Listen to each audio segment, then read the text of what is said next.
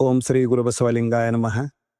ತಮಗಾಗಿ ರೂಪುಗೊಂಡಿರುವ ಜಂಬೂ ಸವಾರಿ ಎಂಬ ಈ ಕಾರ್ಯಕ್ರಮಕ್ಕೆ ತಮ್ಮೆಲ್ಲರಿಗೂ ಸ್ವಾಗತ, ಸುಸ್ವಾಗತ.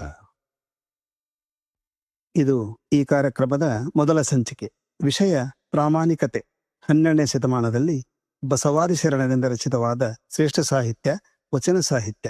ಮನುಕುಲದ ಸರಳ ಹಾಗೂ ಸುಂದರವಾದ ಬದುಕಿಗೆ ದಿವ್ಯ ಪ್ರಭೆಯಾಗಿ ದಾರಿದೀಪವಾಗಿ ಸೃಷ್ಟಿಯಾದ ಸಾಹಿತ್ಯವೆಂದರೆ ಅದು ವಚನ ಸಾಹಿತ್ಯ. ಆದ್ದರಿಂದ ನಾನು ಈ ನನ್ನ ಮೊದಲ ಸಂಚಿಕೆಯನ್ನು ಬಸವಣ್ಣನವರ ಒಂದು ಅಪೂರ್ವವಾದ ವಚನದೊಂದಿಗೆ ಪ್ರಾರಂಭಿಸಲು ಇಷ್ಟಪಡುತ್ತೇನೆ. ಛಲಬೇಕು ಶರಣಂಗೆ ಪರಧನವನೊಲ್ಲೆನೆಂಬ, ಛಲಬೇಕು ಶರಣಂಗೆ ಪರಸತಿಯನೊಲ್ಲೆನೆಂಬ, ಛಲಬೇಕು ಶರಣಂಗೆ ಪರ ದೈವವನೊಲ್ಲೆನೆಂಬ, ಛಲಬೇಕು ಶರಣಂಗೆ ಲಿಂಗ ಜಂಗಮ ಒಂದೇ ಎಂಬ, ಛಲಬೇಕು ಶರಣಂಗೆ ಪ್ರಸಾದ ದಿಟವೆಂಬ, ಛಲವಿಲ್ಲದವರ ಮೆಚ್ಚ ನಮ್ಮ ಕುಳ್ಳ ಸಂಗಮ ದೇವ. ಈ ವಚನದಲ್ಲಿ ಬಸವಣ್ಣನವರು ಶರಣನಾದವನಿಗೆ ಯಾವ್ಯಾವುದರಲ್ಲಿ ಛಲವಿರಬೇಕು ಎಂಬುದನ್ನು ಎಷ್ಟೊಂದು ಸ್ಪಷ್ಟವಾಗಿ ಹೇಳಿದ್ದಾರೆ ನೋಡಿ.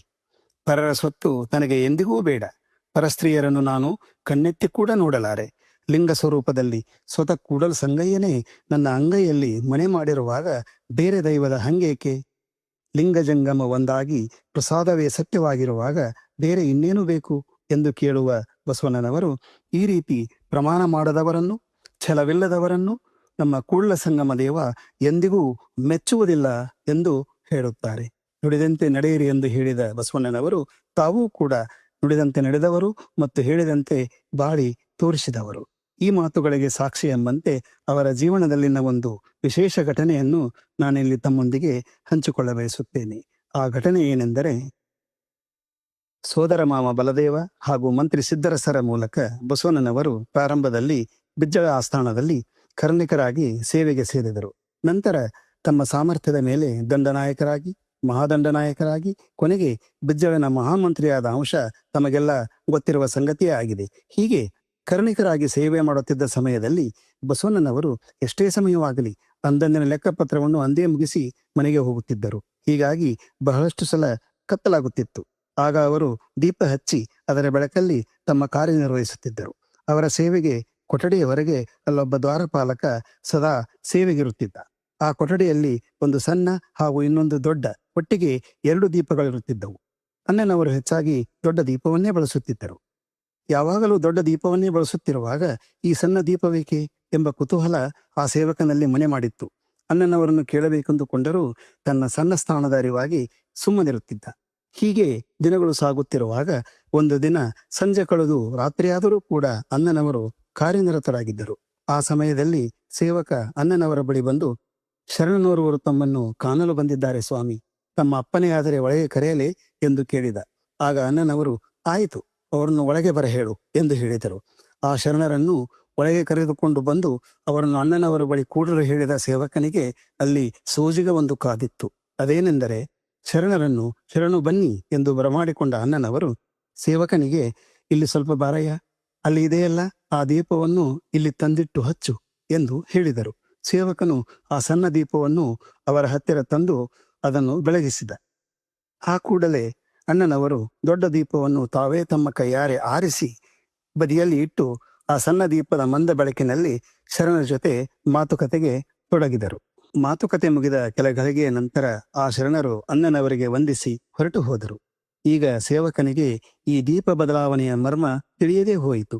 ಕುತೂಹಲ ತಡೆಯಲಾರದೆ ಗಟ್ಟಿ ಮನಸ್ಸು ಮಾಡಿ ಅತೀ ವಿನಯದಿಂದ, ಅಣ್ಣನವರೇ, ಬಹಳ ದಿನಗಳಿಂದ ಒಂದು ಮಾತು ಕೇಳಬೇಕೆಂದುಕೊಂಡಿದ್ದೆ. 2 ದೀಪಗಳು ಏಕೆ? ಇಂದು ಶರಣರು ತಮ್ಮೊಂದಿಗೆ ಇರುವಷ್ಟು ಹೊತ್ತು ಈ ಸಣ್ಣ ದೀಪವನ್ನು ಉರಿಸಿದ್ದು ಏಕೆ ಎಂದು ಕೇಳಿದರು. ಆಗ ಬಸವಣ್ಣನವರ ಉತ್ತರ ಏನು ಗೊತ್ತೇ? ರಾಜ ಭಂಡಾರದ ದೀಪದಲ್ಲಿ ರಾಜ್ಯದ ಕೆಲಸ, ಸ್ವಂತ ಹಣದ ದೀಪದಲ್ಲಿ ಸ್ವಂತ ಕೆಲಸ, ತಿಳಿಯಿತೇ ಎಂದರು. ಲೆಕ್ಕಪತ್ರದ ಕೆಲಸ ಆಸ್ಥಾನದ ಕೆಲಸ, ಹೀಗಾಗಿ ಅದು ಆಸ್ಥಾನದ ದೊಡ್ಡ ದೀಪದ ಬೆಳಕಿನಲ್ಲಿ. ಶರಣರ ಜೊತೆಗಿನ ಮಾತುಕತೆ ನನ್ನ ಸ್ವಂತ ಕೆಲಸ, ಹೀಗಾಗಿ ನನ್ನ ಸ್ವಂತ ದೀಪ ಅಂದರೆ ಸಣ್ಣ ದೀಪದ ಬೆಳಕಿನಲ್ಲಿ ನನ್ನ ಅವರ ಮಾತು, ತಿಳಿಯಿತೋ ಎಂದರು. ಈ ಮಾತನ್ನು ಕೇಳಿದ ಸೇವಕ ಬೆಕ್ಕಸ ಬೆರಗಾಗಿ ಕೂಡಲೇ ಅಣ್ಣನವರ ಪಾದಗಳಿಗೆ ದೀರ್ಘದಂಡ ನಮಸ್ಕಾರ ಹಾಕಿ, ನಿಮ್ಮಂಥ ಪ್ರಾಮಾಣಿಕ ಶರಣರ ಕೈ ಕೆಳಗೆ ಸೇವೆ ಲಭಿಸಿದ್ದು ನನ್ನ ಪೂರ್ವಜನ್ಮದ ಪುಣ್ಯಸ್ವಾಮಿ, ಹಾಗೂ ತಮ್ಮಂಥ ಪ್ರಾಮಾಣಿಕ ಅಧಿಕಾರಿಗಳು ಸಿಕ್ಕಿದ್ದು ಈ ರಾಜ್ಯದ ಭಾಗ್ಯ ಬುದ್ಧಿ ಎನ್ನುತ್ತಾನೆ. ಆಗ ನಸುನಕ್ಕ ಅಣ್ಣನವರು, ಇದೇನು ದೊಡ್ಡ ವಿಷಯವಲ್ಲ, ನಾನಷ್ಟೇ ಅಲ್ಲ, ಪ್ರತಿಯೊಬ್ಬರೂ ಹೀಗೇ ಬದುಕಬೇಕು ಎಂದು ಹೇಳಿ ತಮ್ಮ ದೀಪವನ್ನು ಆರಿಸಿ ಅದರ ಸ್ಥಳದಲ್ಲಿಟ್ಟು ಮನೆಗೆ ಹೊರಡಲು ಅಣಿಯಾಗುತ್ತಾರೆ. ನೋಡಿ, ಪ್ರಾಮಾಣಿಕತೆ ಎಂಬ ಈ ಮಾನವೀಯ ಗುಣದ ವ್ಯಾಪ್ತಿ ತುಂಬಾ ದೊಡ್ಡದು.